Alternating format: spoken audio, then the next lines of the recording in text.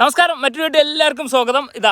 നമ്മൾ പാലക്ക് ചീര, ഒരുപാട് ആൾക്കാർ കൃഷിയും ചെയ്യുന്ന ചീരയാണ് പാലക്ക് ചീര. ഒരുപാട് ഡിമാൻഡുള്ള സാധനമാണ് പാലക്ക് ചീര. കാരണം വെച്ചാൽ നമ്മുടെ നാട്ടിലുള്ള അന്യ സംസ്ഥാന തൊഴിലാളികൾ ഒരുപാട് കഴിക്കുന്ന സാധനമാണ് ഈ പാലക്ക് ചീര. നമുക്കിവിടെ എത്ര കൂടുതൽ ഉണ്ടാക്കിയാലും നമുക്ക് തികയാത്തൊരു സാധനമാണ് പാലക്ക് ചീര. അതുപോലെ തന്നെ മുള്ളി, ഇതുപോലെ തന്നെ ജർജീർ, ഈ സാധനങ്ങളൊക്കെ ഇലകളെല്ലാം അന്യ സംസ്ഥാന തൊഴിലാളികൾ ഒരുപാട് ഇഷ്ടമുള്ള സാധനമാണ്.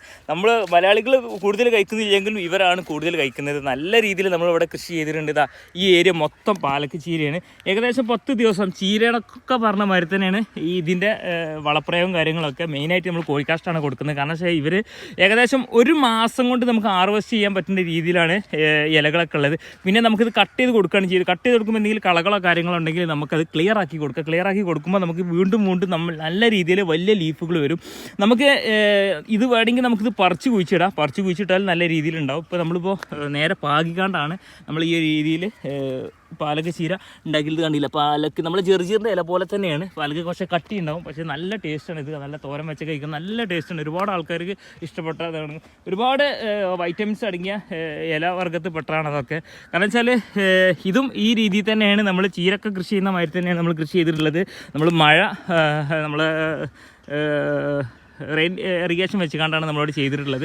ഇതേപോലെ തന്നെ സെക്ഷനായിട്ടാണ് നമ്മൾ ചെയ്യുന്നത്. ഏകദേശം ഇതെല്ലതും കൂടി നമുക്ക് 1 ഏക്കർ മൊത്തം ഇലവർഗ്ഗങ്ങൾ തന്നെ നമ്മൾ ചെയ്യുന്നുണ്ട്. കാരണം വെച്ചാൽ നമുക്ക് ഇതിപ്പോൾ ഏകദേശം 10 ദിവസം പ്രായം. ഇത് അടുത്ത ചാല് റെഡി ആയിക്കൊണ്ടിരിക്കുന്നു. ചാല് ഇതിൽ നമ്മൾ ജർജീർ, അടുത്ത സെക്ഷനിലുള്ള ജർജീർ, അവിടുത്തെ ജർജീർ ഏകദേശം കഴിയേണ്ടതിന് മുന്നേ നമുക്ക് ഇവിടെ ഇലകളായി തുടങ്ങും. അപ്പോൾ നമുക്ക് അത് കലാസാകുമ്പോഴത്തിന് ഇവിടെ നമുക്ക് സ്റ്റാർട്ട് ചെയ്യാം. അപ്പോൾ അങ്ങനെയാണ് നമ്മൾ കൃഷികളൊക്കെ ചെയ്യുന്നുണ്ട്. നമുക്ക് എപ്പോഴും നമുക്ക് നല്ല രീതിയിൽ ഇലകൾ നമുക്ക് നമ്മളെ ഷോപ്പിലോട്ട് ആവശ്യം ആവുന്ന രീതിയിലാണ് ഈ രീതിയിലാണ് നമ്മൾ കൃഷി ചെയ്യുന്നത്. എന്നാലേ നമുക്ക് നിരന്തരമായിട്ട് നമുക്ക് പച്ചക്കറികൾ ഉൽപ്പാദിപ്പിക്കാൻ കഴിയുള്ളൂ. നമ്മൾ വീട്ടാവശ്യത്തിനും അതുപോലെ തന്നെ നമുക്ക് വ്യാവസായിക അടിസ്ഥാനത്തിൽ നമ്മൾ കൃഷി ചെയ്യുന്നുണ്ട്. ആ ഒരു രീതിയിൽ നമുക്ക് കൃഷി ചെയ്യാൻ പറ്റുള്ളൂ. ഇതുപോലെ കൃഷി നമുക്ക് ഇനിയും ഇപ്പോൾ സീസണാണ്. ഈ സീസൺ കഴിയുന്നത് വരെ നമുക്ക് നല്ല ബൾക്കായിട്ട് നമ്മൾ കൃഷി ചെയ്യും. പിന്നെ ഓഫ് സീസണിൽ നമുക്ക് നമ്മളുടേതായിട്ടുള്ള രീതിയിലുള്ള സ്ഥലങ്ങളുണ്ട്, അവിടെ നമ്മൾ കൃഷി ചെയ്യും. അത് മഴമരം കാര്യങ്ങളൊക്കെ വെച്ച് കണ്ട് ഹൈടെക്കിൽ നമ്മൾ കൃഷി ചെയ്യും. കാരണം വെച്ചാൽ കീടശല്യങ്ങളും ഇതൊക്കെ ഒഴിവാൻ വേണ്ടിയിട്ട്.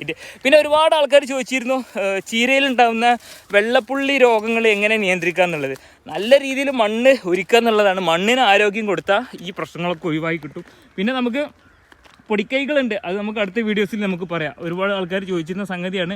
വീണ്ടും കമൻറ്റ് ചെയ്തോളി, നമുക്ക് അതിൻ്റെ പൊടിക്കൈകൾ ഞാൻ പറഞ്ഞുതരാം.